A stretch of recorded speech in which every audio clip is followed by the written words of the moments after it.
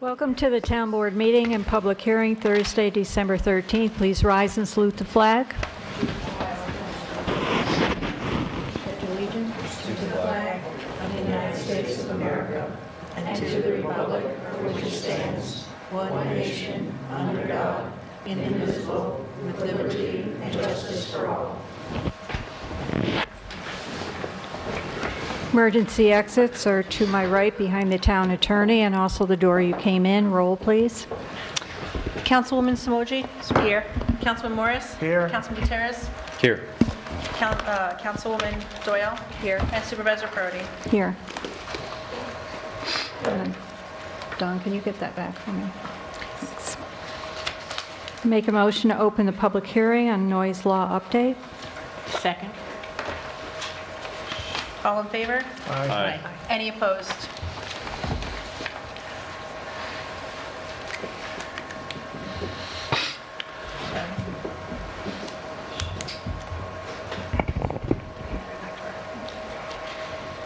Okay, before we take any comments on it, I just want to note that based on comments that were made at the last public hearing, some of the changes that were added to the draft for the noise law were an addition of Jake breaks. There was more information put in for wood processing, explosive exceptions to the noise law for gun clubs, and exceptions to the noise law for hunting, and variance relief.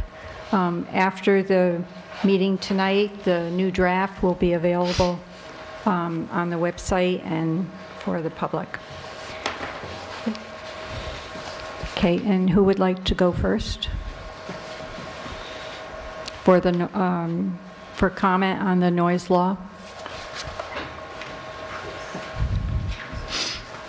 Can I, just to be clear, tonight's public hearing will continue as planned. The new draft will be available. The public hearing is going to be adjourned until January, so you'll be able to continue to comment then and also comment on the updated draft once it becomes available after tonight. Thank you. My name is Mark Storms.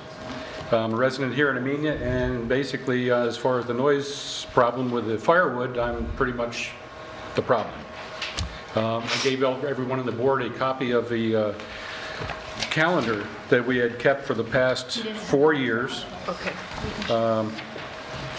To log the amount of days that we actually processed wood or made noise with either a chainsaw or a splitter. And then I also, you don't have the copies, but the days of when they were consecutive days, because I guess consecutive days in a row was a problem also. Basically, I'm just here to clear up a bunch of misinformation because there have been a lot of talk of continuous, repetitive, never-ending, unending noise, and that's really not the case. If you look at your chart on 2015, there was a total of 6 days that we actually processed wood, and in those days, in those months actually, there was only a few days where there was actually a Saturday, Sunday, or a Monday, Tuesday, or where there's any 2 days joined together that were touching. 2016, March was 1 day, April was 1 day, May was 2 days, and those 2 days were actually a Saturday, Sunday. And the rest of the month and so on is only a day here, a day there. September, we actually did it for 3 days. But again, in the time factor, there's only an hour here, an hour and a half there, 2 hours here or there, and that's it. For the month of, or for the year of 2017, again, April was 1 day, May there was 1 day, June there was 2, July there was 4 days, but in that whole entire year there were never 2 consecutive days. No Saturday, Sundays, no Friday, Saturdays, none of them touching together at all. 2018, there was a total of 4 times, there were 4 months that we actually processed wood. The total number of days was 19. And it was only 2 times that month where the dates were actually consecutive and joined. So there was talk about not doing Sundays. There was talk about not doing 2 or 3 consecutive days in a row, or limiting it to 2 or 3 days consecutive in a row. I don't have a problem with any of that. I mean, it's not a problem at all, because I can prove that we have not done that or exceeded those hours. In a total of 2015, we processed all the wood we had in 42 hours. So that's just a little over 1 week of 8-hour days. But that's spread out over the entire year of 2015. 2016, there was a total of 13 hours and 28 minutes of wood processing for the entire year. 2017 was 17 hours. 2018 was 33 hours. Now, 15, we got a log load. There was 42 hours of processing time.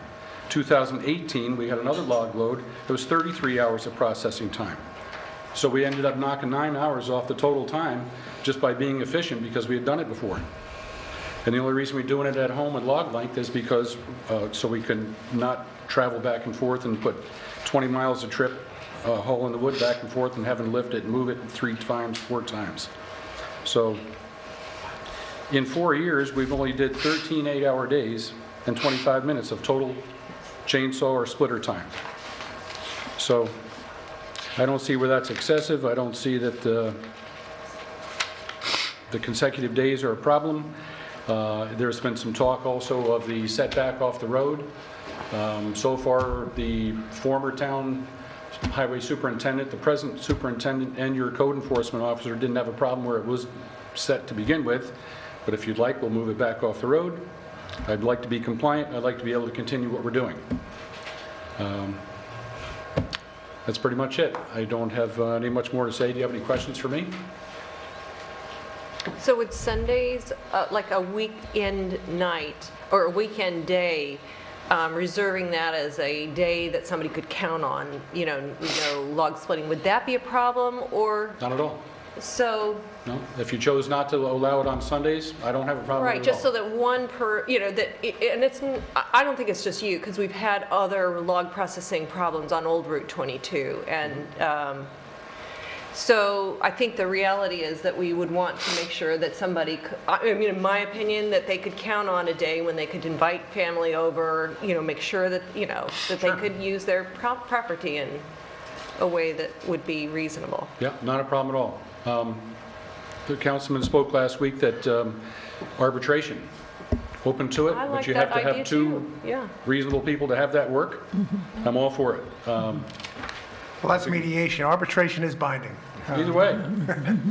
But it gives you an opportunity for give and take between a particular situation, because one size doesn't fit all, as Correct. you understand. And I think that it opens the dialogue and keeps the door open for somebody who maybe couldn't do, during the week, and a Sunday was the only day that they could do it, so that we could listen to a reasonable back and forth between the 2 competing interests, right? I would like to have this done and put to bed as much as everybody Right, else. So, right, yes.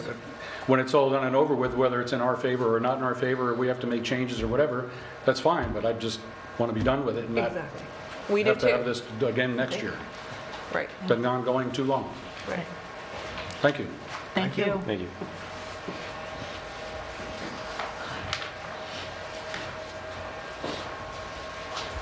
Hi, I'm Tonya Shumatoff, Hamlet of Wassaic, and I'm here to make noise about noise. So, yeah, I'd just like to be very specific here. Number C, under the section, I guess, is it under unreasonable noise? Okay. Number C, I'd just like to make a couple of comments about that. Okay. So it does say here that unreasonable noise emanating from private property shall be measured or determined at the adjoining property line or at a distance of 50 feet or more from the sound source. Okay, so I have a couple of requested amendments to that.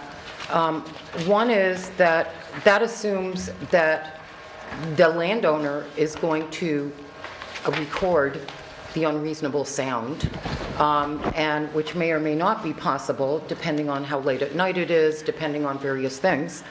I think that's kind of unreasonable to expect the landowner to do the reproducing when you say sound reproduction devices have to be either a that they have to be a tape recorder or some other kind of device. Now, I think you should put the word iPhone in there because people can record things with their iPhones. And it's not mentioned how are we supposed to determine that if we don't have access to being able to record it? So with an iPhone, you can put it right out your window from 50 feet from the property line, and you'd be able to record the unreasonable noise. That's one suggestion that I have. Sorry, Tonya, where is the reference to recording devices? Okay, so it's called unreasonable noise emanating from private property. Page 5, If you go I'm on page 5. first sentence. first sentence, See right where your fingers are. That C, number C. letter C. But where does it say anything about the recording device? What That's I'm asking. under the sound reproductive devices. It doesn't mention anything about devices there. I'm asking that it mentions something about devices and that it mention an iPhone, because this was the big sticking point that we had before, and our wonderful building inspector is here tonight, so I'm really thrilled to see him, and which is that when Dave Reagan brought this out, and he recorded it with an iPhone, there were some things saying it had to be a certain amount of decibels, or it had to be a certain device that you can only get in England, or, you know, somebody has to analyze it, it was in England, right? He's right, I'm right. This is true. So we need, as landowners, to be able to record this ourselves so we can show it and let the people hear it. Let the building inspector hear it, the CEO. It's destroying our peace of mind. That's number one, okay? Okay, so just to clarify, Tonya, in this iPhone. version, there is no reference to any decibel level or measurement It still device? needs to say that the landowner should be able to record it themselves on an iPhone. It doesn't say who's going to do this? Am I going to call him at 11 o'clock at night or on a Sunday on 4th of July and say, hey, come on over and record the intermittent, contiguous, impulsive sound on my property? I don't think so. I need to record it, and that's what I'm saying. Yeah. Dave did it, and it wasn't considered legal. We need to put it in the document. So my understanding with this new law is that any resident can file a complaint and use whatever supporting material they would like. Well, it Because doesn't there say is- that here. It says that Well- it has to be measured or determined at the property line. We have removed the, Come and say something. Yeah, no. This is not, he knows. The reason that was brought up last time, the homeowner cannot monitor the noise with their own phone because it'll never hold up in court. You need to have someone certified on the noise meter, has to be trained how to calibrate it and everything else. In England. That's, But when I checked last time, it was the only class. right, but you guys are referencing the way things are in the current code. Right. Correct. So none of that is in That this. is with the noise meter. It's the only way you Right. can do it. And so there's no decibel level Reference in in this new Right. version. Right. So that entire process That is- eliminates most of that. Then you should take out the word that it has to be done from the property line. Then you should take that out. Because you're implying here that unreasonable noise shall be measured and determined at the adjoining property line. The reason it's saying that, it can be louder on their own property, but it's at the property line where the person is hearing it outside of their property.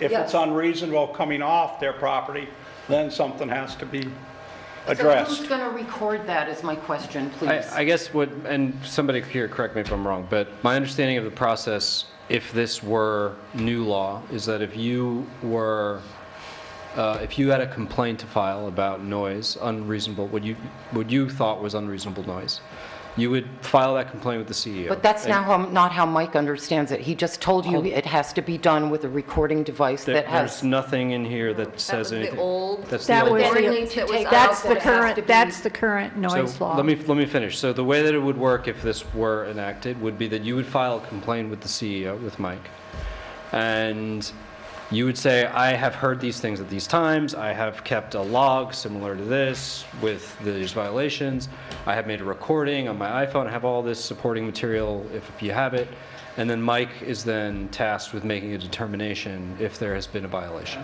For the new code they're proposing, that's how it's supposed to. That's how Okay. it works. So there's no requirement. Well, that's not how I read it, and I'm glad that you qualified that for me. And I hope that this time that it will be enforced, because Dave Reagan is a scientist, and he did it very scientifically.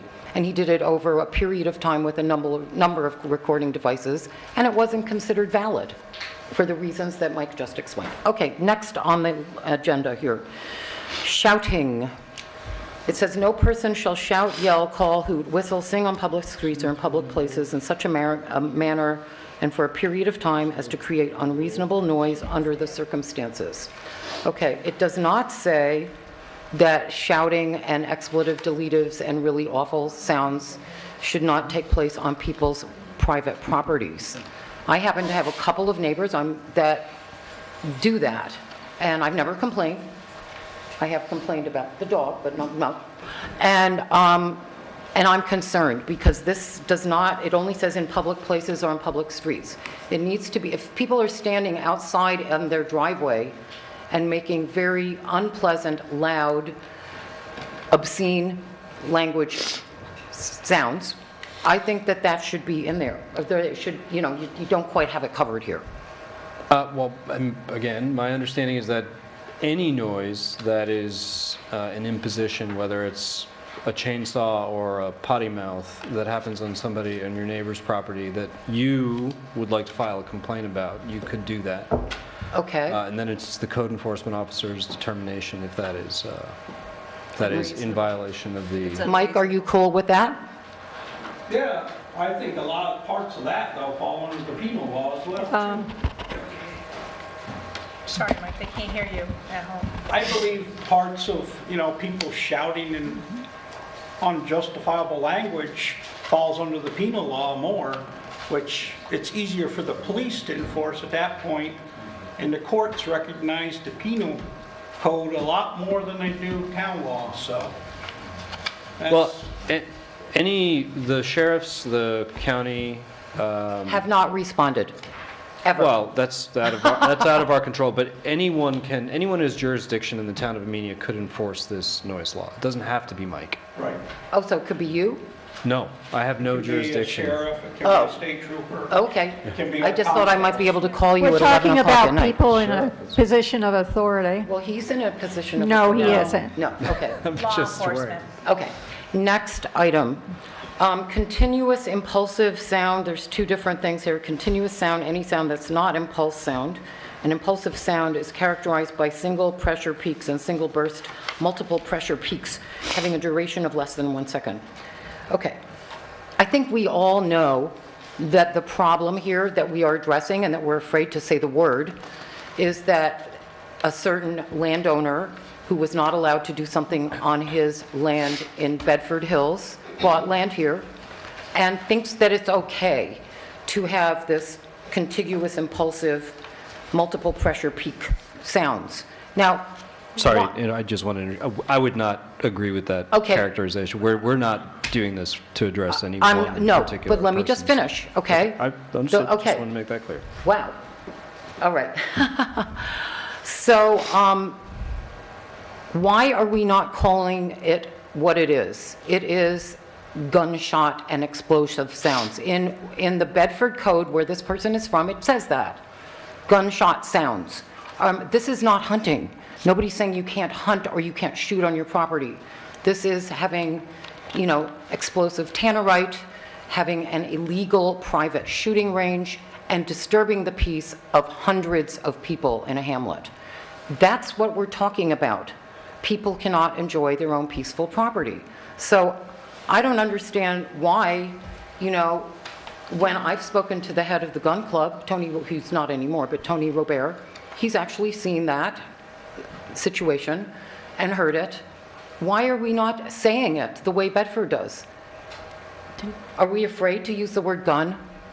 Are we afraid of that word because we think that the hunters will be upset? You can say that kind of sound made from explosive devices and guns, not hunting situations. I think it needs to be spelled out. So I don't know if Otherwise, you're not going to be able to enforce it legally. I don't know if you, Scott Volkman agrees with that, but it seems to me that you shouldn't pussyfoot around here. This is what we're talking about. So I don't know if you were, did you catch the last meeting? No. Because we spoke at great length about gunshots and explosives in the last meeting. And where we netted out was that we wanted to make an explicit exemption for legal hunting activities in the town of Amenia. So Of during course. hunting season, with the proper distance away from any residents, we wanted to make sure that it was very clearly permitted and that nobody was going to file a noise complaint against legal permitted hunting activities. I don't think anyone ever has in the 30 years I've been here. Understood, but the problem with just, mentioning guns is if you don't qualify it, then you could. So mention it and qualify it. So we did that. We did add the exemption in this draft for legal permitted huntings, and we did address, well, what Victoria just read was that we addressed the explosives, but I can't find, we did, Tonya, ask specifically for,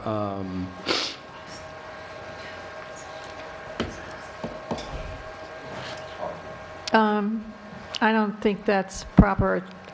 Don't do that again. Okay, I just needed to ask him a term. Well, you can go and Okay. get off the podium and go ask him something, but don't do that Okay, again. I'm sorry. we did ask for an explicit reference to explosives as something that was not permitted in this new law. And what we got back was that they added that, but where is it? Does anybody know where it is? Yeah, Anybody it's see in there. Hey, do you have your email? Huh? It's in your email, It's not in this? What's this that I have? You have the original. your original one. The email had the red. So what I just asked him, because I don't like to have anything not be transparent, was what is the terminology for the explosions that we heard that I thought was a cannon when I called Alan Shope about it. And it turns out it's called explosive devices, and it's when you have two different kinds of tenorite and they make a boom sound. I originally called Alan Shope and I said, did you give your cannon to this property owner that you sold it to? He said, no. Okay, so that is a different animal than the implosive, continuous gunshots that you don't want to call gunshots. Didn't we ask Charles to look up didn't we ask Charles to look up the surrounding counties and Yes. stuff and he was going to get back to us about the regulations for the use of that product and where it might fit, whether in a noise law or it And the might, draft was sent to you. yeah. I'm looking here. Okay, so to address, so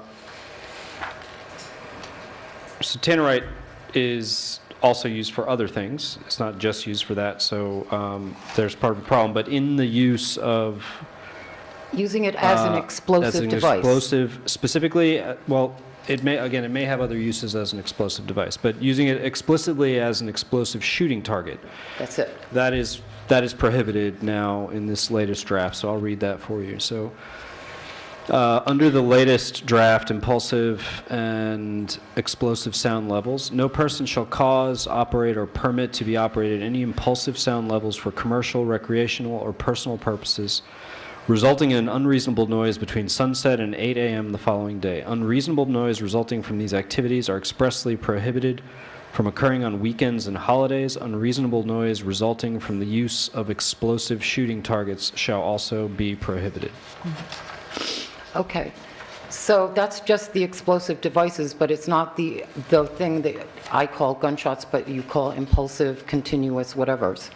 All right, so it seems to me that that needs to be fleshed out a little bit. You can say, not including hunting guns or whatever. But I do think you need to say it a little more clearly.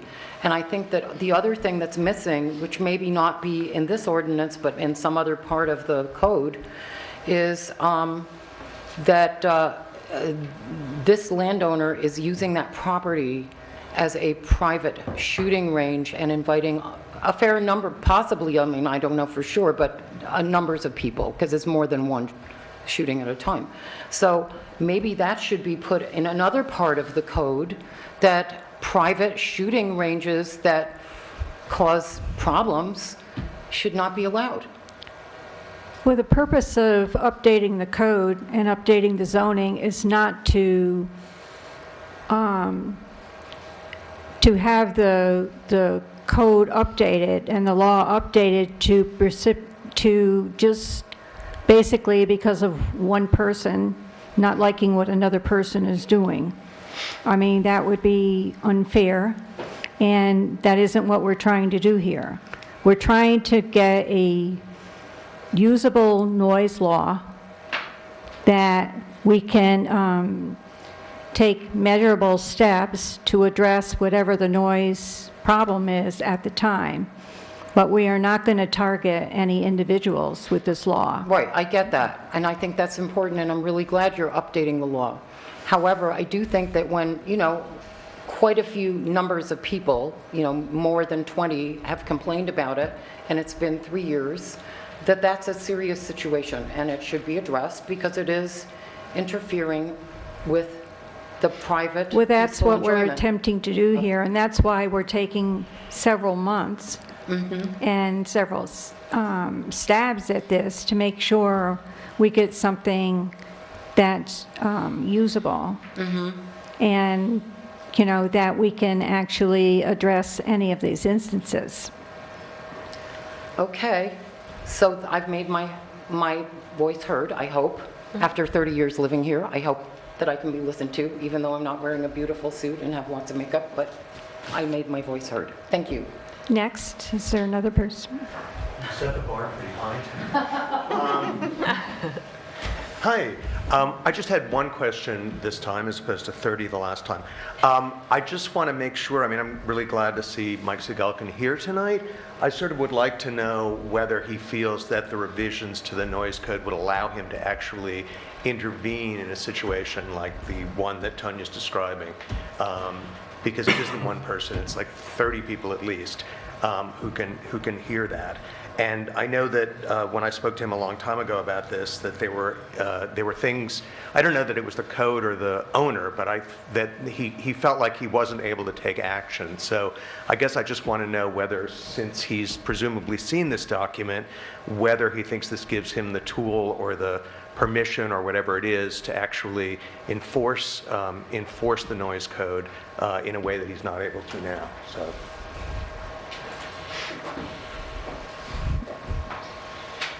It seems that it is giving a little more flexibility where we can enforce it. The bottom line is it's still on private property, and it's the noise, how I read it, what is going to be from the property line. The biggest complaint I've heard was the exploding targets. That new law seems to address it. That's the loud noises everybody keeps complaining of, like a cannon going off. That is the exploding targets. Right. There is parts of our code that do address gun clubs for commercial ones, not, some guy making a little one on his property and having a couple friends come up. That's the hard part to address. How many are up there and, And sorry, just on that note, our current noise law does not actually reference the gun clubs at all, but our zoning, zoning, yes. right, zoning does give both existing gun clubs, which are commercial entities, as you said, a variance to operate those gun clubs. And one of my concerns at the last meeting was that this draft of the new laws now did not explicitly address their right to continue operating those. So I think that got added in as well in this latest draft. I'm sorry we don't have it printed out here. Oh, okay. 'Cause I know the section I read earlier tonight, to refresh, it wasn't in yet, so. That was the latest draft.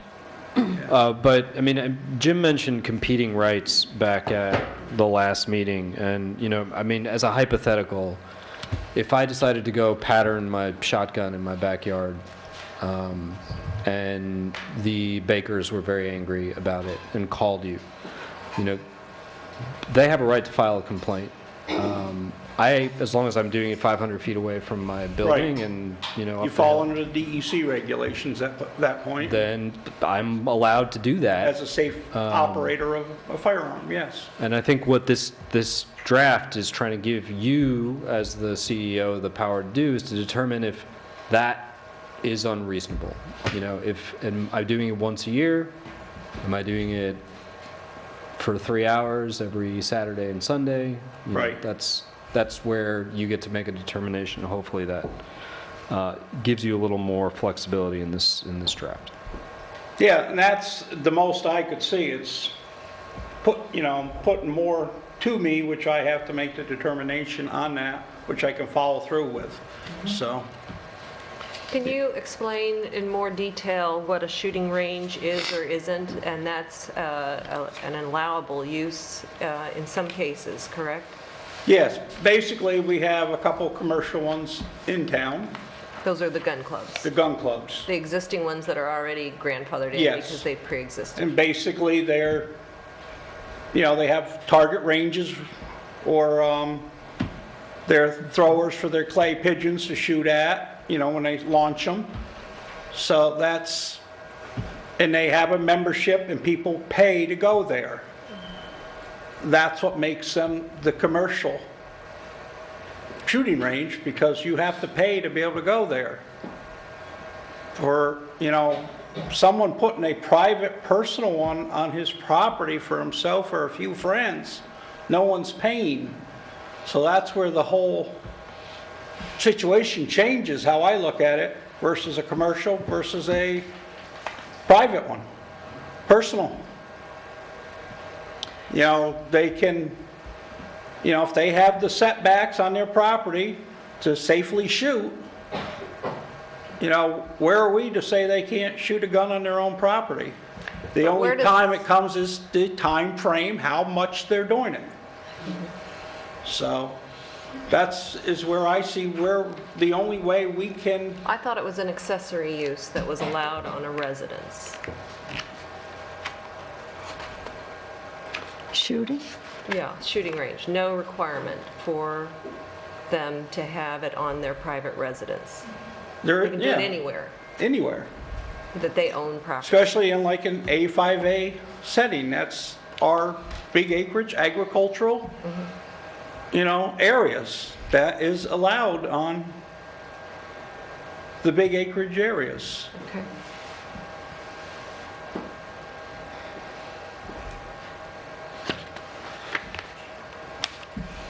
So, that's the hardest part about this one particular one.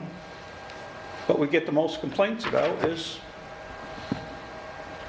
it is allowed on that property. Actual hours of operation are going to help you try and make a, I think that's the only way we can go at it. Reasonable time.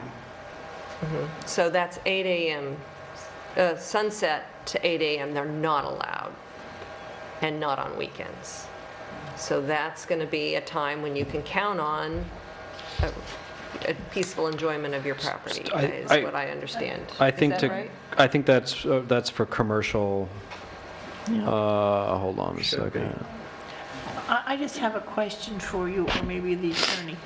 If you're shooting on your private property and it's a large enough parcel to do it, and you have people come and shoot and do things like that, do they have to follow the same guidelines as a gun club or affiliation in shooting and having this activity? Do they Pretty have- much, because you're following under the DEC regulations of safe shooting. Okay. Some gun clubs might add a couple more rules for them, Oh, okay. but, commercial, now I know the Amenia Gun Club with their new range. They've added rules for inside the range shooting, Okay. but, you know, that's, But if someone has it and they're shooting on their own property and they have their friends over, they have to follow these setbacks of how far they and can be from the structure or the roads or anything like that, yes. I think that's a county, That's a state. the state's State. 500 feet. Yeah. Is the, Does that include like time frames or anything in it, or is it just mostly the location and the? There's no time frames, you know, no automatic weapons. The state says you can have semi-automatics, but no No. fully automatic. Okay, so that they have to follow the same guidelines Yes. as the gun club for the state regulations? Yes. Okay. I just want to be clear in my head, because I want to give other people a chance to speak, Tanya. I just want to say one last thing. I think you've said plenty. Does anyone else need to speak? Go ahead. Hi there. It's great to be in this old school building. So I have a couple of... Can you state And your you name are? Oh, and where hi. you live? Hi, my name is Lindsay. I am a lifelong resident of this area. I went to Lindsay, your last Weebatuck. name, I'm sorry. Lindsay Leonard. Leonard now. Lindsey, Leonard. I graduated from Weebatuck in 2003, the country's finest high school. So I just had wanted to clarify a couple things, or I just wanted to get some clarity on what is the definition of private property in this town? Just like a quick, what is considered private, and what can you do on your private property in this town? Just anyone. Those are the two questions you have? That's one question. What is private property? anything Okay. not owned by the town or the state? Or Should that- commercial purposes. Private property is somebody who owns a parcel of land, no matter how big or small, and it's not owned by a corporation or a limited liability partnership. It's a person. Well, corporation. private property would, if it's owned by a corporation. be a limited right. liability, So yeah. private property is anything not owned by a public entity or a political subdivision. The town, the fire district, the county, state, that's all public property. Private property is pretty much anything else. And so, Roads are public. Roads If are, you- which are owned by, typically, public roads are owned by either the town or the county or the state. Private roads are private. It's private and so property. on your private property, you make the main decisions there. You know, you can What have you a can and private. can't do you can on have- your property Right, is is- effectively governed by, in Well, most it's- towns, zoning laws. Right, there's among other things, within what you within can- zoning Right.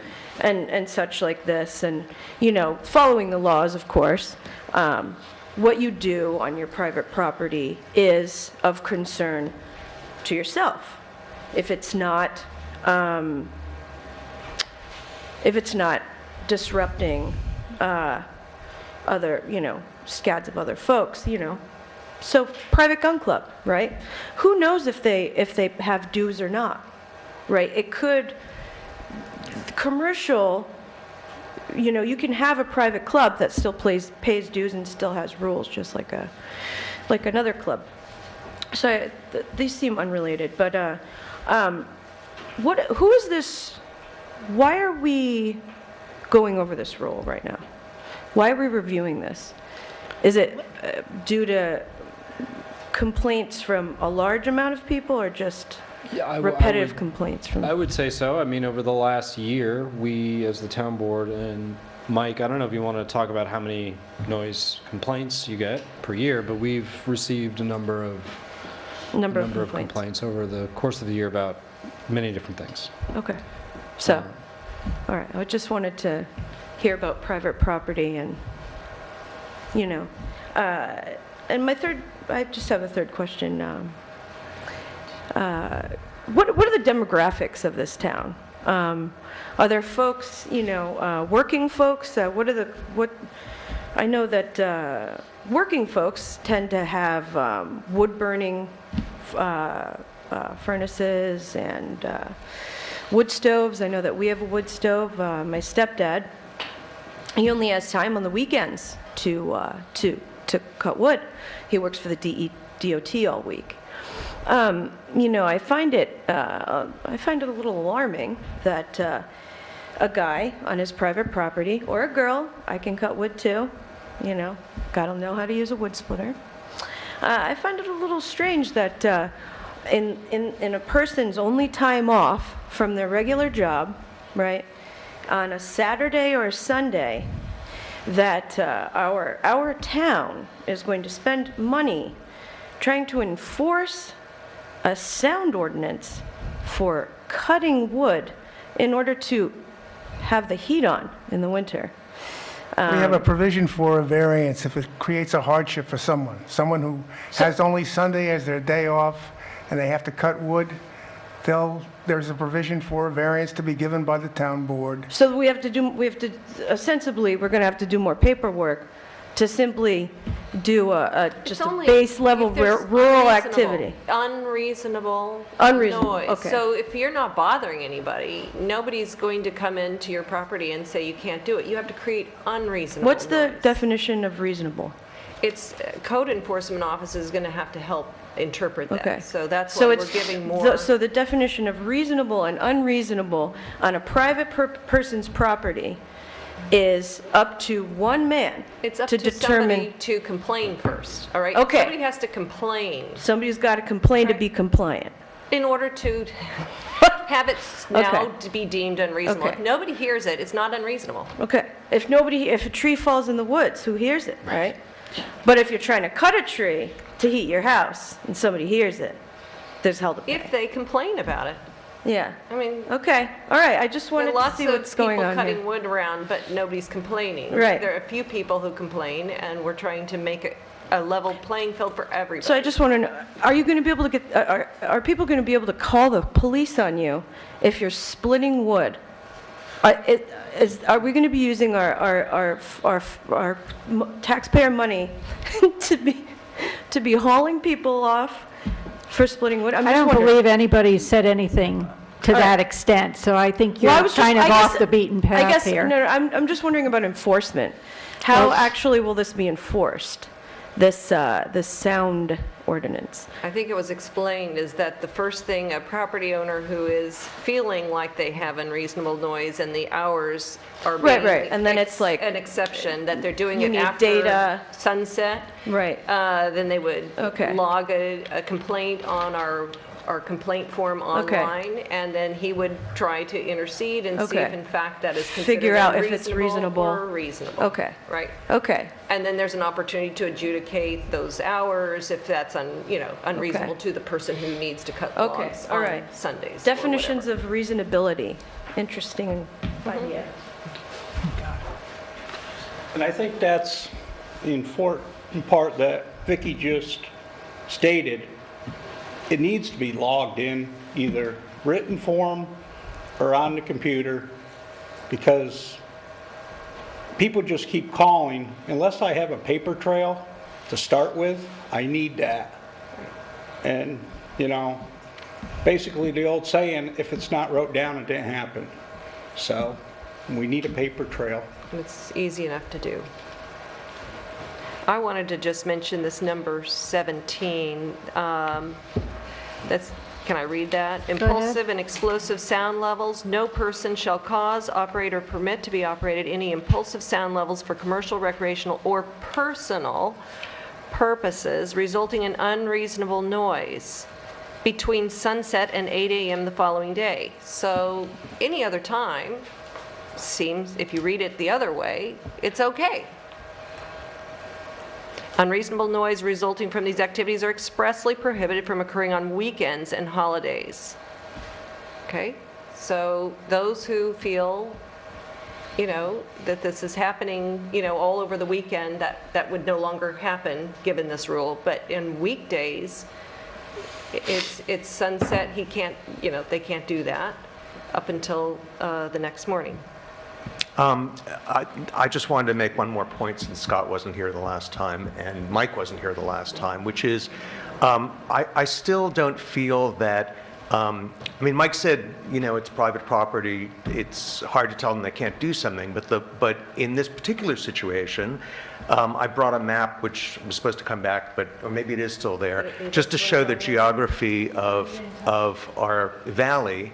And it makes it very clear that sound echoes in this valley. So the particular location we're talking about, it's not like someone's shooting on a big piece of flat land where there's no one around them. I mean, we determined that there's 3 miles of Route 22 or old Route 22 where people can hear the shooting, the exploding targets and the AK-47 and the rifle shots. And you know, a gun club is in the code. A private, you know, someone just doing this on their own without getting any approval from the code enforcement officer. I mean, it seems to me there's something wrong with that. It certainly helps to limit the use, but I mean, the fact that it's not going to be on weekends. But I think there still has to be a definition of unreasonable noise that Mike can use, because the sound levels coming from this are extraordinary and they're disturbing a lot of people. I mean, not 1 or 2 people. But Mike did say that this new code, he feels more comfortable being able to enforce it because there is some flexibility in it. So I think, Mike, if you can just give that another whirl.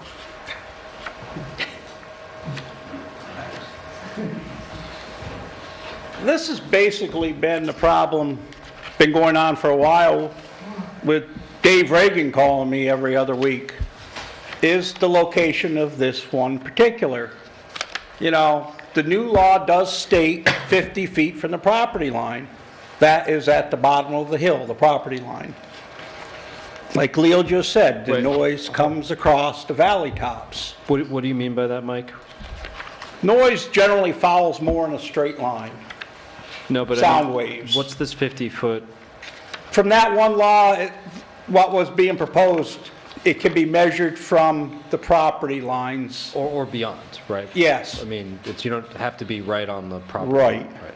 And, you know, if you were measuring at the property line here, the sound waves are going to be going over your head. You're not going to hear it down that loud at the bottom of the valley. But when they get the other side of the valley on the hills, that's always been the issue, where most of my complaints are coming out of the hamlet of Wassaic, because it's traveling across the tops, which it's been very, you know, there is no way to really enforce that at the time. Pretty much all the residential plots are also on the east side of the valley. Right. There, so. You know, we've always had issues with the steep slopes in Wassaic for different, you know, things when we've tried to plan.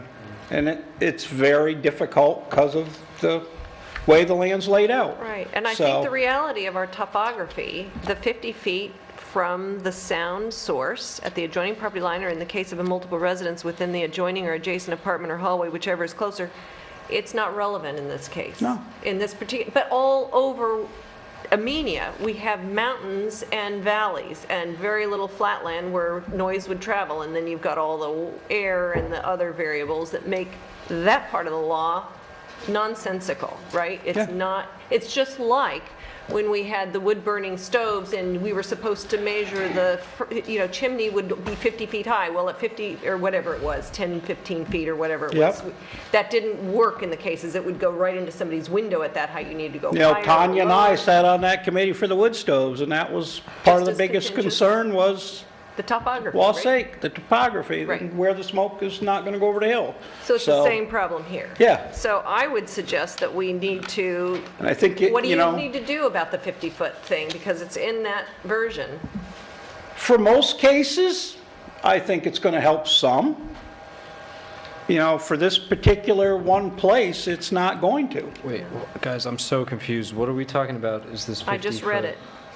I know, but there's a bunch of ors in there, so that's not the only...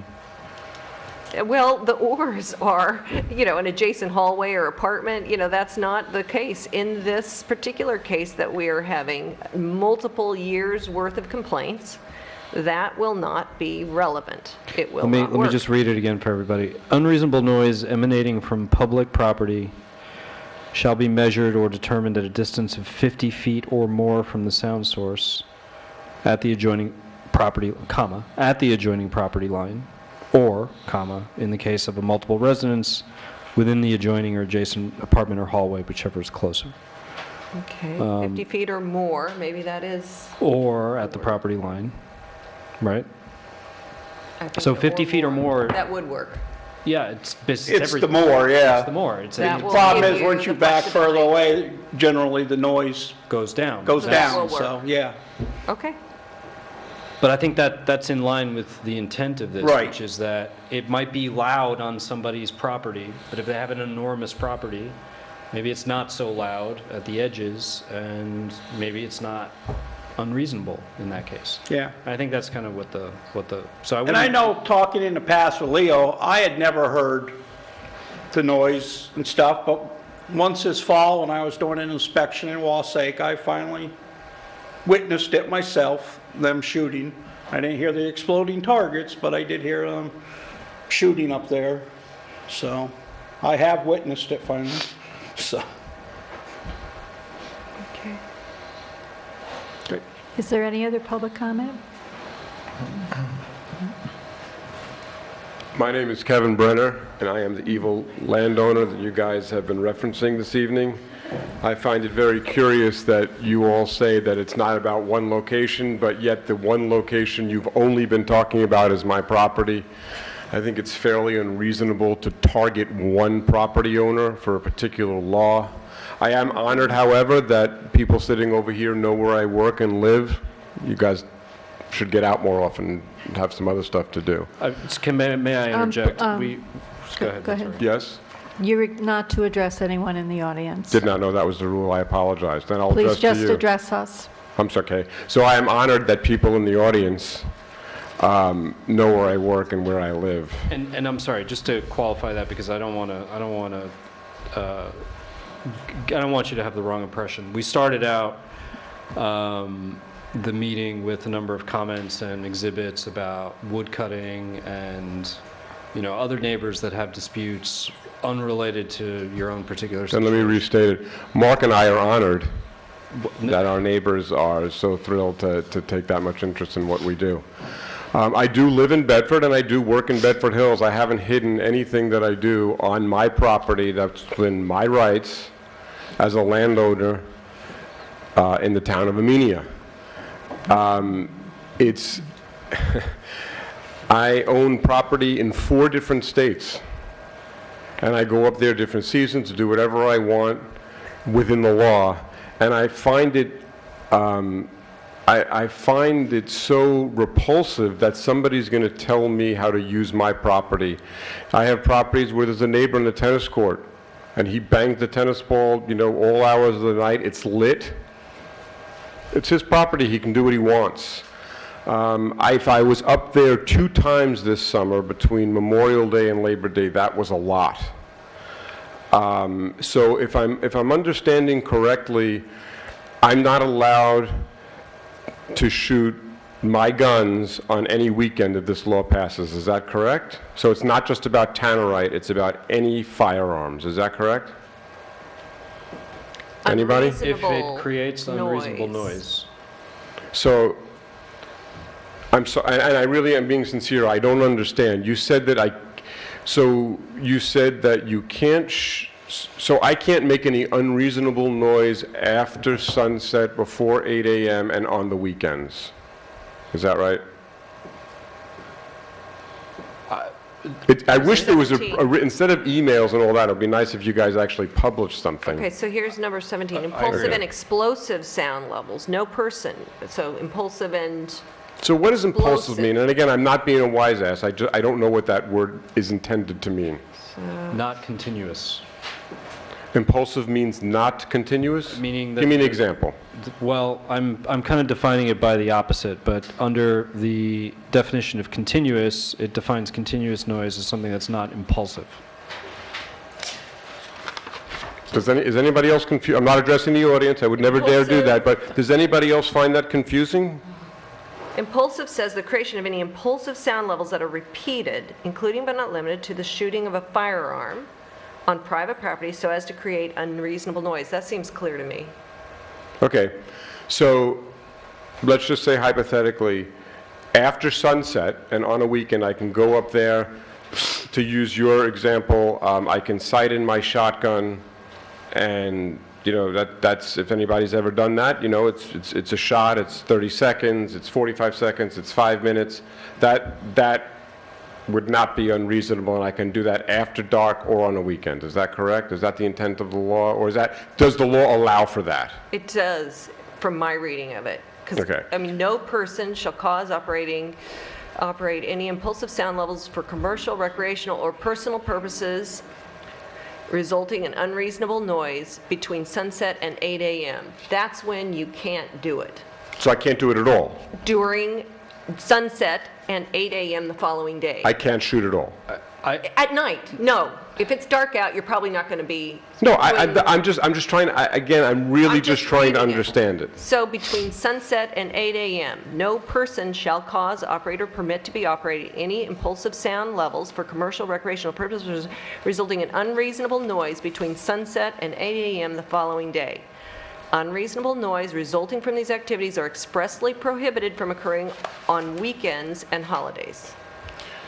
So I can't shoot at night. If this law passes, I can't shoot at night, but I can shoot on the weekends if somebody decides I can shoot on the weekends as long as it's not unreasonable. Correct. If nobody is complaining and the code enforcement officer says it's not unreasonable, you're fine. Okay. I also have to straighten some stuff out that has been said here that's just completely untrue. I didn't know, without addressing the audience, that we have gun experts here that know that I have an AK-47. I don't have an AK-47, for the record. Okay. So I don't know where that has come from. There's never been an AK-47 shot on my property, as far as I know. So let's clear that up. The second thing is I'm not operating a private gun range. I go up there with friends. I'm also a part-time law enforcement officer. I typically go up there with my law enforcement friends, and we go up there and we practice and we shoot steel targets, and guns make noise. And we're shooting steel targets and we practice not only because we find it to be fun, but we're also actually protecting you guys all sitting in this room, even on this side of the room that I'm not allowed to address, because we're getting more proficient and more skilled at what you guys as taxpayers pay us to do. So there is no private gun range. There's steel targets up there. Sometimes we shoot skeet and trap, and we have 1 or 2 throwers that do that. So it's not, and it doesn't happen all day long, every day, not even, I should have had a log of when I go up there, but it doesn't happen all the time, and these laws, and no matter what you say, and I understand why you have to say it, this is directed at me. The logging stuff is directed at Mark, No, and the yes it is, and the gun stuff is directed at me. You haven't addressed a single other property other than mine, so you can't tell me that it's not just about me and my property. I've been on the town board for 15 years. I have a historical recollection of this problem of wood cutting anyway. Probably the code enforcement officer also remembers old Route 22. We've had that issue from other parcels. I'm not addressing the wood cutting. That's Mark's problem. In reviewing this, Sorry, Mark. Oh, I addressed you. I'm sorry. trying to remember and recall and understand and go back through our complaint logs. It just happens that there are certain people who are more recent, the complaints, but we go back in history and understand. So you're talking about log cutting. I haven't heard you say one other complaint about guns except from my property. I don't remember. Exactly. So this is a law It just aimed happens. against me. No. There have been complaints against the gun clubs, clearly. And, you know, those complaints are handled differently because they have a variance to operate, both of them. So, again, it is not just you. And how are you going to, so there, on the adjacent side of my properties, north and south, there are guys who go up there and shoot guns. What? And Nobody complains, it's not No, no, no. unreasonable. But let me finish can I finish my sentence? Yes. Okay, thank you. What about if they shoot unreasonably and somebody blames me? How are you going to know where this sound is? You can know the general vicinity for sure, but how do you know it's coming from my property? How are you possibly going to know that? Mike, can you answer that? It can't be. Okay. It's just the vicinity of where it's coming from. Okay, so I'm surrounded by the same landowner on north and south of my property. Maybe it's him. I mean, it's crazy that you've taken the side of a few residents who were complaining about this and passing a whole law and spending a whole bunch of time on something aimed at one person for a guy who shoots there maybe 10 times a year, maybe, if that's it. And I see you're nodding your head and you don't agree, but that is certainly the perception of, well, me. I'm up here talking about it, but you, again, I say you have not addressed one other single gun complaint other than my property. So a reasonable person would conclude that this law is directed at me. Would anybody disagree with that logic? I'm not finished yet, Mike. I just Sorry. one thing, Kevin. Yes. Just for the record, there is 2 other places. It's not all you. So. Okay. This is Well, they haven't addressed them tonight, have they? No. Okay. I also would like to stay on the public record that over the last few months, I have made 2 attempts, and my attorney has made multiple attempts to contact the supervisor and request a meeting. You don't need a resolution. And those calls have gone unanswered. I do not have the log in front of me, but my attorney will be bringing them at the next meeting. And I think as a public servant, which is what you are, you should be responsible to answering your residents. I met with the attorney once. No, you met with her once after a meeting, and then she Yes. followed up with you because you said, hey, I want to talk to him. I'm not trying to shut him down. I'm not trying to do this. And then do you recall receiving messages from her and from me requesting a meeting? Not from you, I haven't. Okay, so pretend it's not me. Then why didn't you return her calls to get a meeting? Because I was waiting until we had a draft and we had something to meet about. Because we've been working on How about a different return drafts. phone call that says we're waiting for a draft? I think ignoring the Well, call is I already did that. This is also the more appropriate forum for that discussion because it involves more than just the Not when the supervisor invited that conversation, said, we would like to meet with you and your client and discuss what we can do. And on that note, as I think I said the last time I was here, I sent a letter to Mike saying, you know what, I'm not looking to make anybody's life. I understand people want to enjoy their property, and I understand that some people might find that sound objectionable. I don't, that's okay. I understand why people might think that. I sent a note to Mike and I said, you know what, Mike, if somebody calls you and says, do me a favor, I'm having a party on a Saturday, I'm having a wedding on a Sunday, can you ask Kevin not to shoot that day? No problem. You know, if you guys would handle this, and if you had said to me, you know what, Kevin, people find tannerite really objectionable. Have that conversation, and we could have had that conversation, and all of this, all of your time and the people's time who's sitting here, all of that could have been avoided if it was handled like neighbors. But instead, they go right to Mike, or they go, although a person sitting in the audience did address me. I think I said the same thing to him, that I was within my rights, but if he had an issue, he should contact me. And this is where we end up, and it's ridiculous. It's a total waste of time because this law, quite candidly, is completely unenforceable, and it's not noise control, it's gun control, and it's just against the New York Constitution and the United States Constitution. Like it or not, wherever you sit, that's a fact. I disagree. I am a gun owner, and I have worked very hard to make sure that gun owners' rights are protected with this draft. And so, do you think? Excuse me for a second. Sure. The restriction on tannerite is not something that is unique to what we're attempting to do here. There are a lot of municipalities in the state of New York that have forbidden it. It is a lot louder than shooting a couple of clays, as Absolutely. you would know. And the state itself is considering banning it, given that it was used in a terrorist attack in Manhattan in 2007.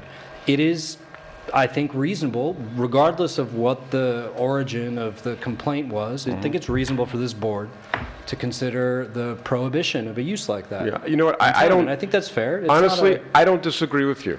Have you ever shot tannerite? I have not. It's fun. But I could understand it makes a big noise, and some people might find that objectionable. But you guys should have, whatever, shoulda, woulda, coulda, it doesn't matter. I just resent the fact that this law, no matter what you say, is pointed at me. The two people who spoke here tonight were speaking about me and my property. And I bought that property for that reason. I bought the property, I'm not hiding anything, to shoot guns, period, because it was legal in the town. I'm not only am I 500 feet from the property line, I'm in some case 1,500 feet from the nearest property line, and I'm within the rights to do that. And who? It's going to be impossible for you guys or for Mike to say what's reasonable and what's unreasonable noise. It doesn't make any sense. You want to put a decibel reading there, No, something that's scientific? We've already had that, and it's not enforceable. We already discussed that thoroughly. Okay. But what we did do is give hours of operation, and the code enforcement officer feels that is going to be easier for him to say to the neighbors, he is allowed to do it at this time. He isn't allowed to do it at that time. So everybody's a little clearer about when noise like that can occur. Okay. Right? I guess that's my opinion. I guess we'll speak again is the next public here, did you have a question? No, I do have a question. Yes. Did you ever, when the complaints were coming in fast and furiously, we have a long log of that, did you ever invite the code enforcement officer to have a discussion with you about the kind of noise that was upsetting the people? Did you invite him to the property? Did you have a discussion with him? Nope. So that would have been your first line of defense, is actually responding to our code enforcement officer. Well, when he called me about the buildings that are on the property, I responded. I came in and I filed a building permit back in April or May or whenever it was, and my understanding is that I have 1 year to have you come up and inspect that. We discussed the law, but I have not heard it. But he heard it. I mean, you heard it in Wassaic, you said, right? Yes. Okay. And he so never no. called you to say that there were complaints, numerous complaints from No, various residents? he's called me. And did you invite him into a discussion about how we could mitigate that? I did not. So that's the problem. That's okay. So I'm sorry. You're right. It's my fault. No, I'm just saying that that's your line of defense. That's how our laws work. I'm unclear about that. He's the enforcer, you're the one who was in Right, question. he's the enforcer, so he could say, hey, Kevin, he said to me one time, we got complaints you were shooting that day. I said, that's interesting, I wasn't even in the country that day. Okay. So, I mean, we've had that discussion. Has he been invited up? No. I mean, he'll get to see it one day. Sufficient conversation to... We had some discussions. I know I asked you to lay off on the exploding targets, you know, a limit, how much. And have you heard any since then? I've never heard them myself yet, but Okay, has anybody heard them since we had that discussion? that was like a year ago. We Right. discussed that, yes. Okay, haven't shot that once since last April. So, I mean, again, you know, I understand that, now, just hypothetically, because the woman who spoke here before, who called Alan Shope, who I did buy the property from, again, I'm not hiding anything here, it's public record.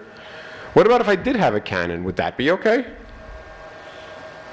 You have to read the law and see if... I think it is. Complaints? I mean, it usually gets you a visit from the state trooper, but it's legal. One Makes it- firing of a cannon, we've had that cannon fired off in the past, and Right. nobody's complained, so it's not unreasonable. That's not true, because... I don't know, if Okay. I haven't read any complaints about the cannon. Sorry, I had Chief Wood. Anyway, I said what I'm going to say. I will be here on the 17th, where I understand procedurally it's another public hearing, and then you vote if the law should be passed? Is that what happens typically? Close the public hearing, and then we'll have a vote, probably. Do you have the vote in the public, or is that? Absolutely. Okay. All right. And I guess you know, since you said I should have called Mike and discussed this, No, he should have called you, and you should have Oh, had... you're in trouble, Mike. I did call you. I know. I would respectfully ask that our phone calls, either my representation or myself, do get returned. I mean, you guys here are just like, you know, you're volunteers. It'd be nice, I think, to return a phone call so that maybe some of this stuff could have been resolved behind closed doors. Not closed doors, that's misleading. We could have established some of this stuff ahead of time and not wasted everybody's time and money in having some of these conversations, and it taken 3, 4, 5 months, or however long it takes. So That's fair. I feel like we're here to help continually revisit and refine and improve the laws of this town, and so I think this is a great outcome ultimately. If this is a better noise law, this is a better code for the town than this is. If it's not, that's why we have that's why we invite the public to speak. So the new draft of the law will be... So I actually had the opportunity to speak with your counsel today a multiple times. Yes, thank you. throughout the course of the day. And I was copied on some of, or forwarded some of those she emails. actually apprised me to the new draft, and so it went around, and since then the supervisor... I'm sorry, you said she apprised you of the new draft? No, you... So since then I've contacted the supervisor has sent me the new draft, and it's on tonight's table. They have it in their emails, and they all now know, and it's been clear to the public, there's a new version. That new version will go on the website. It'll be on there before 8 a.m. I heard 10 a.m. Well, I told her 10, but I come in at 7. Okay. So I have a feeling this is the Maybe first earlier thing I'm than gonna 10. do Okay. before I do the other resolution. So it sounds to me that... But you said, if you don't mind, just because when you first approached the podium, you indicated there was nothing for you to read or have handouts. The draft that everybody has in their packets tonight, and that has been made available to the public, is the one that was posted on our website on November 16th. At the November 15th meeting, that is the law, and when the Deputy Supervisor Doyle was reading from and referencing and giving definitions, she was referencing the same law. But again, it could be my misunderstanding, but didn't you also say that the one that was posted on November 16th has changed since then? It is the minor changes that are being presented are the few items that they took from your last public comment on December 6th, where they're adding the Jake breaks, and they made those few, when the supervisor first opened tonight's public meeting, she identified a few areas. With those additions, those are what you're gonna see. Okay. So you need to look for those items. But other than that, the rest of it is right here, what you guys have had access to. Okay. for the past. So then it sounds to me that wherever comments that were made this evening on either side of the issue are not going to change the draft that's going to be posted tomorrow morning. That'll be correct, because I mean, yeah, that Mr. Gottlieb is not here, so we'll have to get these comments. Okay. I don't even know who that is, but okay. He's the attorney that was here last week Oh, during the okay. public hearing, who's Okay. handling the matter. Got it.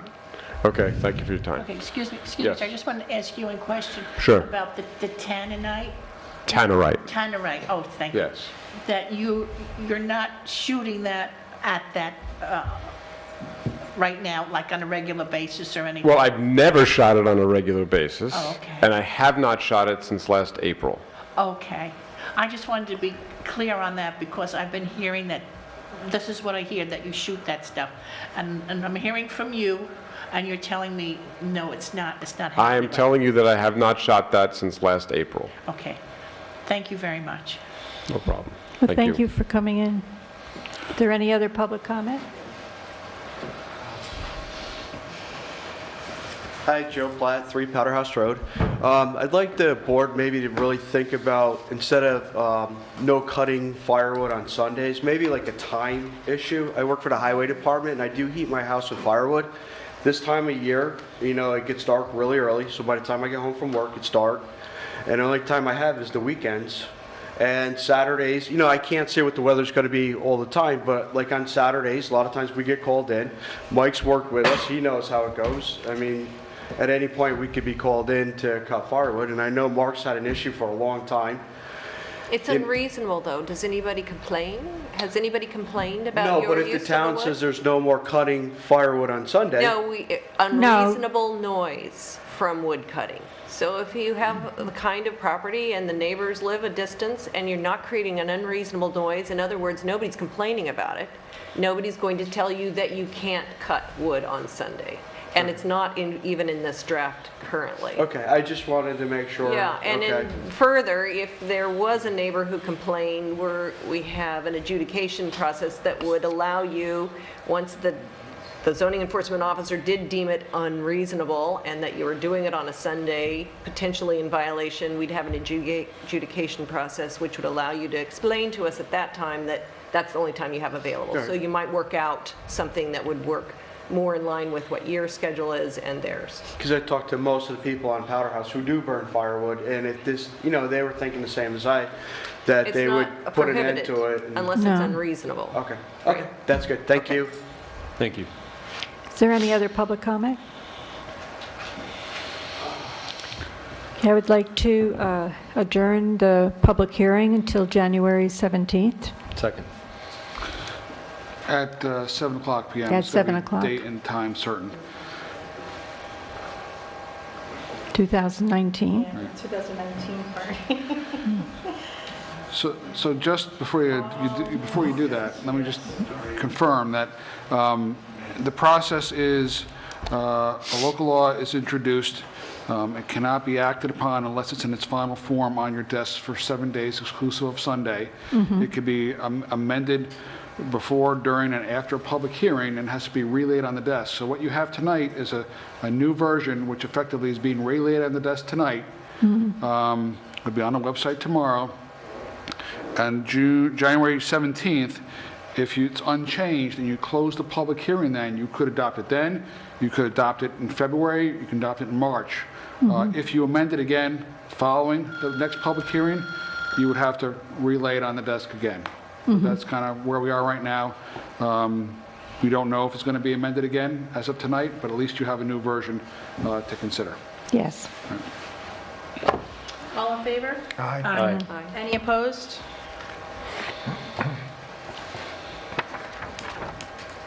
Okay, is there any other public comment on any other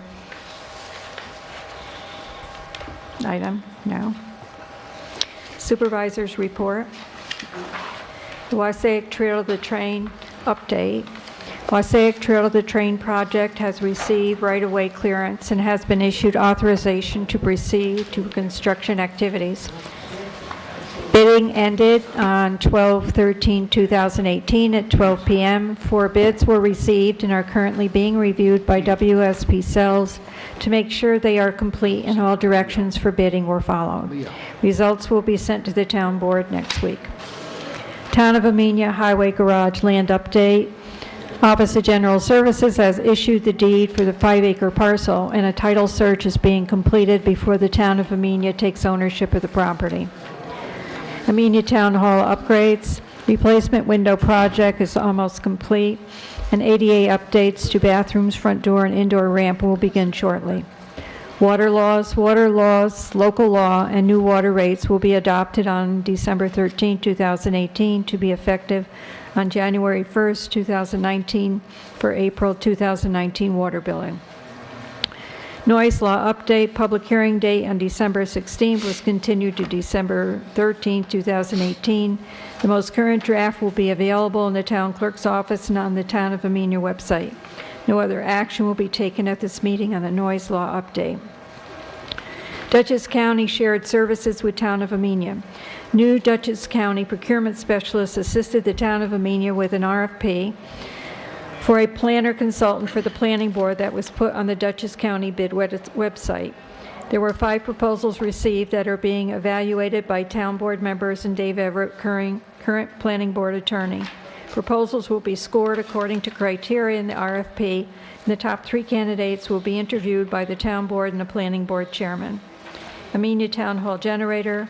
Bids for generator installation will be received at the town clerk's office on December 17, 2018 by 1 p.m. Town clerk report. Good evening. The minutes of November 8th and November 15th were circulated. The November 8th meeting was the budget hearing. And that's the meeting that Mr. Gutierrez was absent. those being brought back. Make a motion to approve the minutes as presented for November 8th. Second. Councilwoman Simoji? Yes. Councilman Morris? Yes. Councilman Gutierrez? Abstain.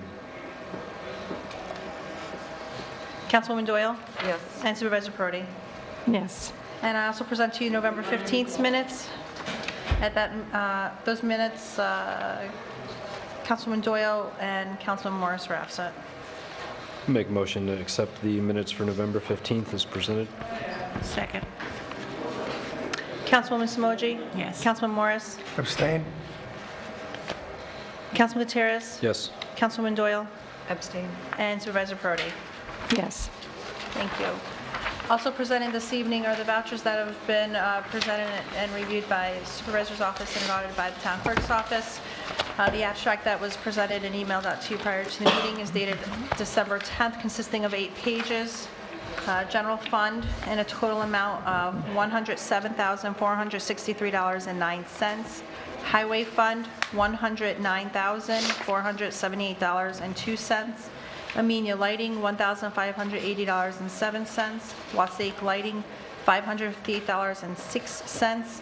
Amenia Water, $3,632.80, for a total of this month's vouchers, $222,712.04. Are you guys ready to move forward with those?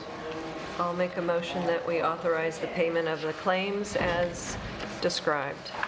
Second. Councilwoman Simoji? Yes. Councilman Morris? Yes. Councilman Terrace? Yes. Councilwoman Doyle? Yes. And Supervisor Prodi? Yes. Also, I bring to the board, I had a brief meeting with the librarian at the Amenia Library. They're looking to hold the children's events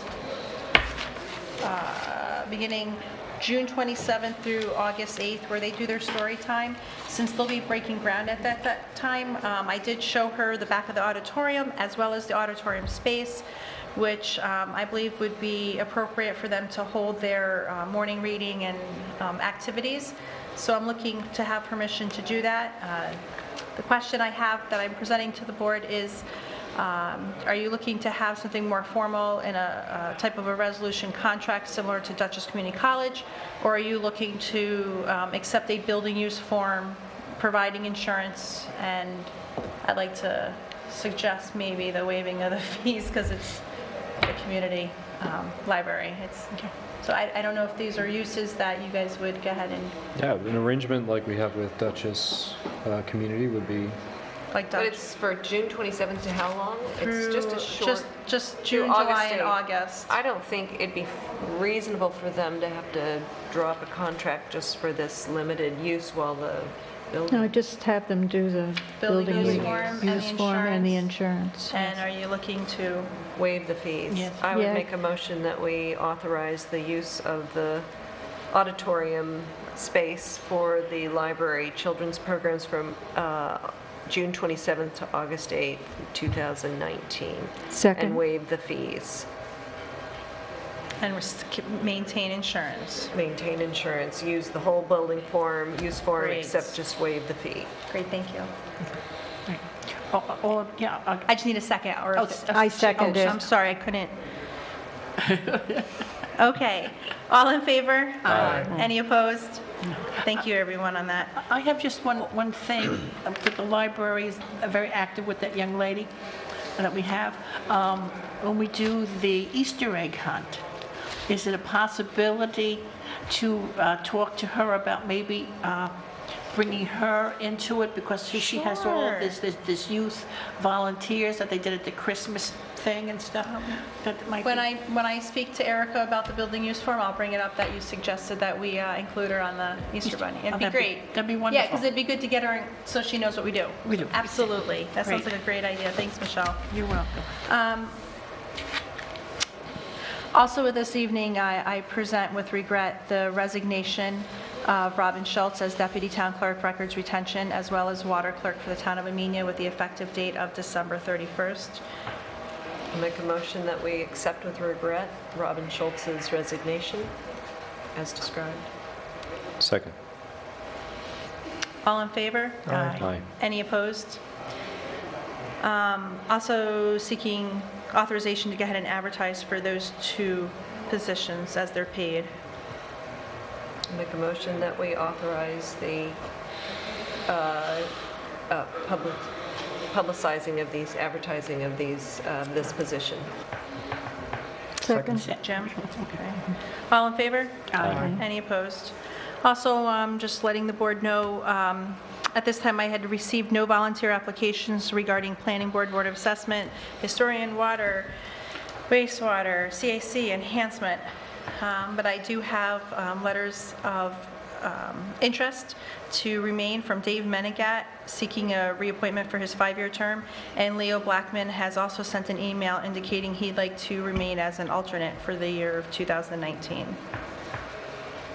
Menegat for the ZBA, and Leo, I'll make a motion that we authorize David Menegat to serve another term on the ZBA, and Leo Blackman to serve as an alternate on the ZBA for a year term, right? It's yeah, they have to do them by year, 2019. Yeah. Great. For 2019. Second. Michelle? Okay. All in favor? Aye. Any opposed? As a friendly reminder to all those watching out there, I hope there are planning board members. Yearly I have to report to the board, and I'm reporting to the board that we have 2 of the 7 planning board members who are in compliance. So you have 5 that are not in compliance with their annual education. I did confirm that with their secretary today, should they had turned anything in, but proudly let you know that your ZBA members are all in compliance, with the exception of the 2 alternates that were just appointed last month, but they're all in compliance, and they even have carryover points. So ZBA is doing well. ZBA is doing well. Planning work. board, there are 2 members that are past due, not only this year, but they also have last year's that they're past due. So that's for the board to possibly discuss at a better appropriate time, because we do have a local law on that and what can happen when they're not in compliance. On the last final note, I would like to thank all of our residents who came out and supported the Amenia Fire Company, as well as your Wassaic Fire Company for their Parade of Lights this weekend. As volunteer fire departments, we work very hard to serve and protect you and your company, and this is a time where we get to come out and celebrate you. So you can save the date for 2019, December 6th, 2019, Parade of Lights. So I wish everybody a Merry Christmas and a Happy New Year. Are there any committee reports? There will be no CAC meeting in December. Any other? And the only thing I have is the Amenia seniors. Your bus trip and the party is tomorrow, Friday, December 14th.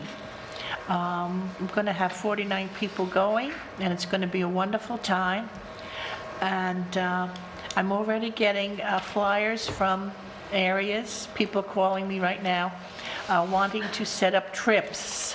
So we're going to have some really good trips next year, so hope you all will join us for that. So it'll be a great time. I just wanted to say one thing about the South Amenia Presbyterian Church. They were very happy that we got the award. They were very happy. The ladies were delighted with it. I think we do need to explain that the Citizens of the Year Award. Yeah, the Citizen of the Year Award, what we did this year was instead of designating one particular citizen, we felt that the unsung heroes in our town are our food pantries. So we made, at the Amenia tree lighting, we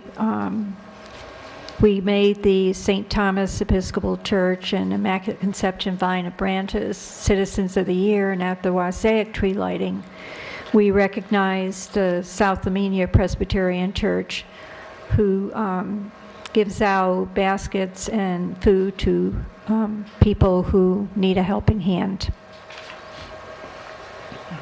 And I will say Food for Life Pantry was delighted also to have the award. Resolution number? 82. You've been busy this year. I know. Transfer of funds for December 2018, whereas the town board has the authority to transfer funds when necessary or unanticipated to amend the budget. excuse me. Whereas budget amendment in the Highway Fund, increasing expense line 90608.03 medical insurance town share by $3,500 and decreasing expense line 90608.03.37 medical insurance town deductible by $1,825 and decreasing expense line 90108.03 state retirement by $1,675 for medical expenses. Whereas budget amendment to the general fund, increasing expense line 36204.0163 safety inspection CE mileage by $400 and decreasing expense line 13804.01 fiscal agent fees by $400 for additional mileage expenses. Whereas budget amendment in the general fund, increasing expense line 11104.01131, Justice's CE Town Prosecutor by $500, and decreasing expense line 11104.01.72, Justice's CE Interpreters by $500 for additional court-related expenses.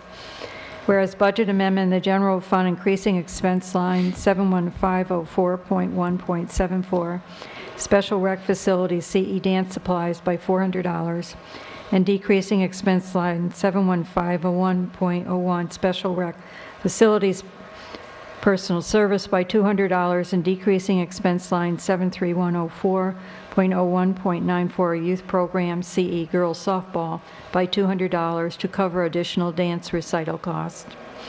Whereas budget amendment in the general fund, increasing expense line 13554.01.44 Assessors CE Tertiaries by $2,000 and decreasing expense line 13554.01.040 Assessor CE Account Support by $165 and decrease expense line 13554.01.48 Assessor CE Conferences by $514.27 and decreasing expense line 13804.01 Fiscal Agent Fee by $1,320.73 for additional tertiary attorney fees. Whereas budget amendment in the general fund, increasing revenue line 255501 building permits by $37,000 and increasing expense line 16204.01.62 building CE maintenance by $37,000 for window replacement payment. Whereas budget amendment in the general fund, increasing revenue line 3005.01 state aid mortgage tax by $10,200 and increasing expense line 14204.01 attorney CE by $8,000 and increasing expense line 14404.01 engineer CE by $1,000 and increasing expense line 16604.01.74 central storeroom CE supplies by $500 and increasing expense line 1904.1.57 special item CE grant administrator by $700 for unanticipated additional expenses. Be it further resolved that the Amenia Town Board authorize the bookkeeper to encumber all claims against the town that are received between December 13, 2018 and December 31st, 2018. Now therefore be it resolved, the Town Board authorizes the transfer of necessary budget lines to process the transactions. Can I make that motion? Second. Can I have a discussion? question? Yeah. Most of the way down on the first page is the $37,000 that we need to pay for the window replacement. Is that all grant money that was then put into the revenue line and then expended? We don't have the grant money. We have to spend it first. Oh, you have to spend it in order to get it, okay. So- And we're on budget for that. The total cost of the window replacement is what I'm trying to get at. Yes. Is coming out of the grant, but we have to spend it and then get reimbursed for it. Yes, and what I did, since I had originally, in the 2018 budget, building permits, we had 135,000 that we projected for revenue, and building permits to date, we have $166,042.91 as of the end of November. and we have at least another additional 10 to 20,000 coming in December. So that's I'm- where I'm- you're taking the money from. I'm taking the money from That line. the The excess. excessive Yeah, for the income. excess. And thank you, Silo Ridge, just keep building. I have a question now, too, about the youth dance recital. I was under the impression that everything was going to be paid by the grant, but we had to pay out this extra money for this. Now, does grant money, has all the grant money come in? It has. And will we... It wasn't enough to cover all of the expenses of putting on a musical. We put on a 2-hour Elf musical Yeah, production. I saw it, yes. Oh, good. Yeah, I saw it. So it was children more were- ambitious than we had in the past. We did get the 1,130 some dollars from Arts Mid-Hudson, and then 4,000 from Berkshire Taconics. So we did have money to offset the budgeted items in our budget for expenses. But it was exceeding what we had. We did not spend the $200 for sound system operator. We got a volunteer to do that, so we took the money out of that PS and put it into the supplies line. So we had more money going out for costumes, and for the royalties to Elf, they charged us $1,000. Right, That yes. was much, much higher than we had. And then, of course, you had all of the people who, in order for the storyline to be heard, critical parts, we had to borrow a lot of microphones, which we did at no cost to us, but we did have to get some extra lighting for the stage. So Right. Valentine's, I think, was a couple of $100s that I hadn't budgeted. And there was, and thank you to, gosh, what would really put us over budget would have been renting the sound system, but Wasek Project donated all of that. Right. So we lucked out on that. A lot of parents came up with their own costumes, because in a musical review, we didn't have to provide, these so many costumes. So we had to buy the police outfit. So Yes. for the 2 little guys, the elf outfit had to be convincing. And they supplemented and did a lot of sewing, but there were materials of a couple of $100s that came in at the end. And I wanted to actually thank Victoria for being flexible and helping us as this production came together. There were a lot of last-minute expenses, and she's helped me throughout to try and keep on budget, and yet also make sure that the show came off as well as we could. Exactly. But I know that the majority of that grant money went to pay Heather. That's correct, and we authorized an additional $250 per month. So we normally would pay her $4,000. We paid her $4,500 this year, which included a lot of, so she normally does the Saturday workshops beginning in September and ending in mid-December. And we pay her typically $1,000 for those sessions. She works from 10 a.m. until about 1 or 2 working with the kids. But in putting on this production, you couldn't have done it in 10 work sessions. So she had to do a lot of weekday sessions. So on the back of that registration flyer had all of the workshop rehearsals and extra time that she'd have to put in. And the town board at that time authorized the extra $500 Right. to pay her, yes. Yes, I know we did. I know we did. Yeah. Yeah, actually, I mean, The real yeah, overage is a couple of $100. it's just $200. Which we took from the girls softball, I guess, Oh, okay. ultimately. Yeah, that's the only amount that We had to switch was the over. lines around. That was over. Yeah, it's just the Over budget. $200 we took from the softball line, but the other $200 was already in her line. Was already in her line. So that for the fee for Heather. Is that what you're saying? No, for supplies. For supplies. Okay. Supplies are what really put us a little over, and thankfully, I had some signs put out, and Victoria had a $150 gift card for replacing the, all right, you participated in a survey, a NYSERDA survey? Yeah, NYSERDA, So we got $150 there. yeah, NYSERDA actually wanted to do an energy audit here and see what we have done, like our LED lights and what we have done for energy efficiency here. So they said, well, if you let us come in and we do this audit, you can get a $150 gift card, so sign me up. Yes. So they came and they did it, and I put it aside in case Vicki needed additional monies for the dance program, and that's what we... This is my thank you to you, because you were so flexible. This is my That's a thank lemon you. I grew on my tree, and I Oh thought my it was too gosh, cute to thank eat. you. So anyway, that's to remind me to thank you for being flexible in the So, last you know, hour. so we found a good use for our free $150. That's because you make lemonade out of lemons. Oh, do I? Roll? No, so yeah. Any we other didn't- questions? No. Supervisor Parodi? Yes. Councilman Morris? Yes. Councilman Gutierrez? Yes. Councilwoman Doyle? Yes. And Councilwoman Simoji? Yes. Okay, resolution for 83. sale of water district land. Want me to read it? Yes. Resolution number 83 of 2018 regarding setting a public hearing regarding the sale of surplus real property owned by the town of Amenia on behalf of the Amenia Water District Number 1, located at 3320 Route 343, grid number 7167132144475. Whereas the town of Amenia, on behalf of the Amenia Water District Number 1, acquired a parcel of real property from the Amenia Water Company by deed dated March 17, 1964. And whereas the parcel, which includes a pump house, was decommissioned from the water supply for the Amenia Water District, and any wells on the subject property have been abandoned or placed out of service.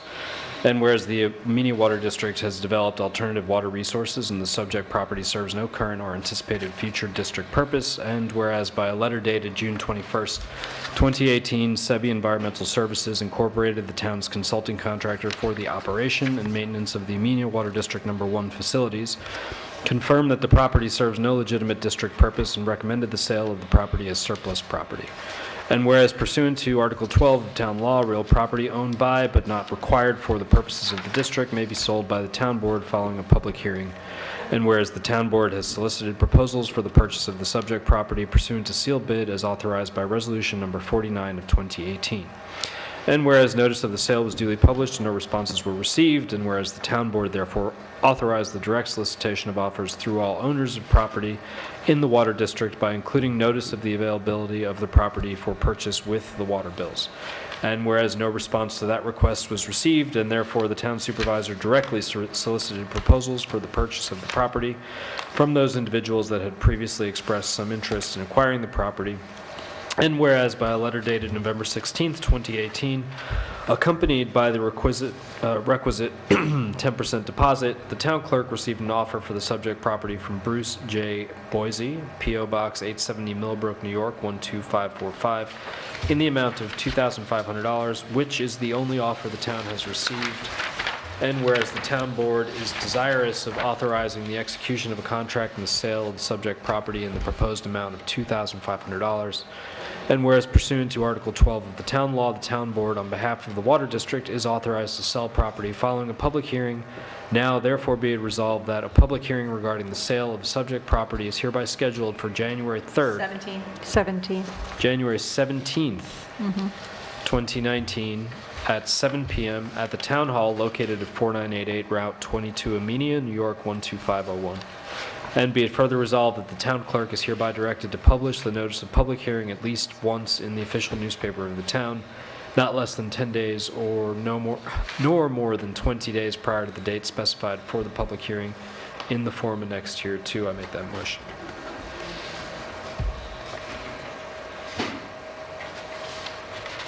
Second? Second? Supervisor Parodi? Yes. Councilman Doyle? Yeah. Councilman Gutierrez? Yes. Councilman Morris? Yes. And Councilwoman Simoji? Yes. So can I just address that? Sure. So the process is, in order to sell the property, we are authorized to do that following the public hearing. So we've gone through the process of trying to acquire an offer. We finally have one. If you want to discuss the details of that, we can discuss that in executive session. But you're not deciding tonight necessarily that you're going to sell the property. After the public hearing, there will be a resolution authorizing the town to contract to sell the property, go to a formal contract as contemplated, and then immediately close thereafter. But procedurally, we have to go through the process of having this public hearing. So this is the next step in that process, and there'll be one more step after that before we'll be able to close it. Okay.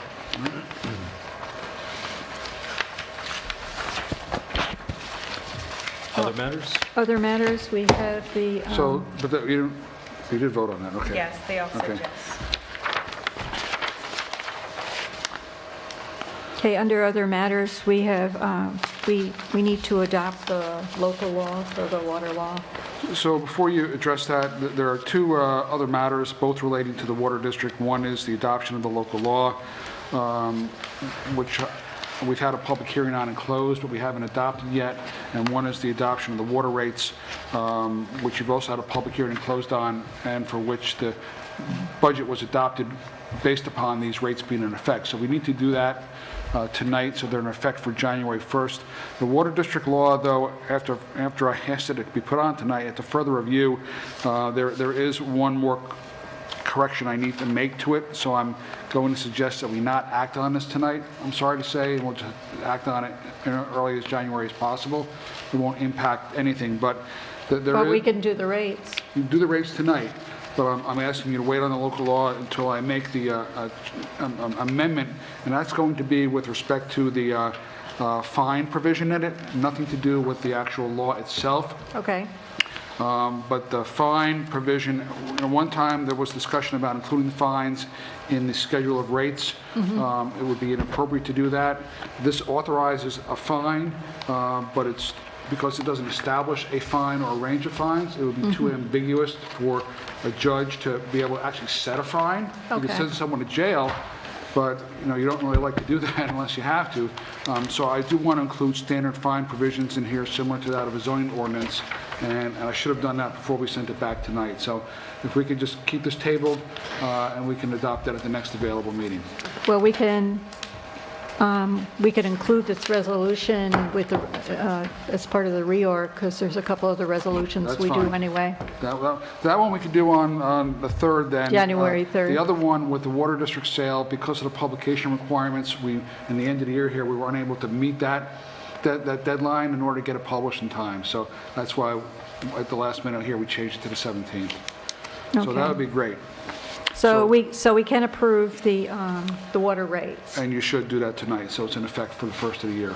Okay. Everything 2019, 80, third, 4. 84. Adoption of water rates for Town of Amenia Water District Number 1. Whereas the Town Board of the Town of Amenia has enacted or is about to enact a local law establishing water use regulations for the Town of Amenia, including the existing Amenia Water District Number 1.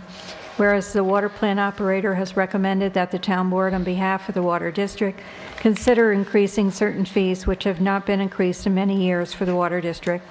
Whereas the Town Board has held a public hearing to consider the proposed usage charges, payments, penalties, fees, turn-off and turn-on fees for Amenia Water District Number 1. Whereas the Town Board is desirous of adopting the proposed water rates, which would be incorporated into the 2019 budget and take effect on January 1st, 2019.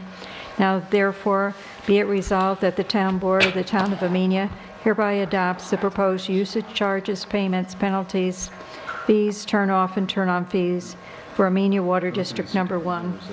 So let's use this one, it's already attached to the program. The usage charges, penalties, payments, penalties, fees, and turn-on fees. Usage charges, single-family home. I don't think these are the right rates, they've been posted publicly. but they've already, okay. They're on the website. Okay, I make the motion. Thank you. Second. Supervisor Perotti? Yes. Councilwoman Doyle? Yes. Councilman Gutierrez? Yes. Councilman Morris? Yes. And Councilwoman Smoldry? Yes. As I have them on the website. Okay, are there any other town board comments? That worked fine though, but this is fine. I need to thank all the people who made the Elf musical program possible. And that's the Wasaic project, as I explained before. They provided all the sound support that we needed for this program. Kent School for also providing all the whisker mics, and Ballantyne's for the lighting equipment. Laura Smith, who sewed up all the costumes. Lucian Rex Roy, who was our sound engineer as a volunteer. Gregory Sukow and Todd Titone for lighting. Albert Tompkins for stage support. And Elm Drive Elementary for set elements, and Tabitha McMahon for acting assistants. Is there anybody else I should thank? Thank you. Oh, well, that was a pleasure. I was unfortunately sick on Sunday, but Victoria was there, and thank you all who were able to make it. It was a really great program, so thank you for making it happen and budgeting it for next year as well. It was lovely. I mean, the Kids had a great time. The cast had a great was time. wonderful. Yes, the kids were wonderful. I knew it was a success when on Saturday night, right before the show, I heard one of the kids say, "I can't wait for this show to begin." And I was like, wow, that's great. That's what we wanted to hear. And that was all day. They practiced all day on Saturday and finished up with the show. They worked really, really hard. They like to make a motion to go into Oh, executive. wait, sorry, I have two things. You have quickly. something? Okay. This weekend in Wassaic from noon to 5, Saturday and Sunday, the Old Green Barn is opening up, and there will be a maker and farmer local product Nice. market, just in time for holiday shopping. And this is our last meeting of the year. At last year's last meeting of the year, I promised that I would bring my accordion and force all of you to sing a song with me, but I had to ride the train today. What a so tragedy. We Absolutely. will, Yeah, you could tell how broken up we were. we will do this next year. We will do this next year. Oh my God, it's gonna be the highlight of my night. I'm sorry, I didn't. They were the star It's of an error. the show. Okay, I just want to say one more thing. The Wassaic Fire Department this Sunday will have Santa from 1 to 3, and Victoria and I will probably be there again. And they'll be we'll have the raffle tickets that were donated, not the raffle ticket, but the raffle items that were donated by Local business. the local businesses, Jack's Garage, Santos, Four Brothers, and the Lantern Inn for down in Wassaic. And I want to thank all the people that gave those gifts to both of the events that we had that we were giving the prizes out at. We really thank you for your continued community support. Thank you so much. Yeah, I'd like to remind everybody, it's pancake time again in the town of Amenia at the Amenia Fire Company. So they have a great pancake breakfast if you... Is it this Sunday? Yes, it is. Wow, that was fast. Oh my, Santa, the Grinch, elves, it's going to be there? it's gonna all be there. Oh my gosh. You can put your letter to Santa in the front, in the mailbox in front of the I'm firehouse. so excited. And I would like to remind everyone to please shop local. There's a lot of lovely local shops and restaurants that people would enjoy getting a gift certificate from, and like to wish everyone happy holidays. Yes. Very Merry Christmas to everyone and a very Happy New Year. Okay, at this time, I'd like to make a motion to go into executive session for personnel matters. Second. So there's two matters, and just want to get them right. So first, I just want to go in for, under Public Officers Law, Section 105(1)H, regarding the proposed sale of real property where publicity could substantially affect the value thereof. I want to talk about that. And also under 105(1)F, pertaining to the employment history of a particular person or corporation, or matters leading to the employment of a particular person or corporation. And we might also want to do pending litigation. If you want to do pending litigation, that's 105(1)D.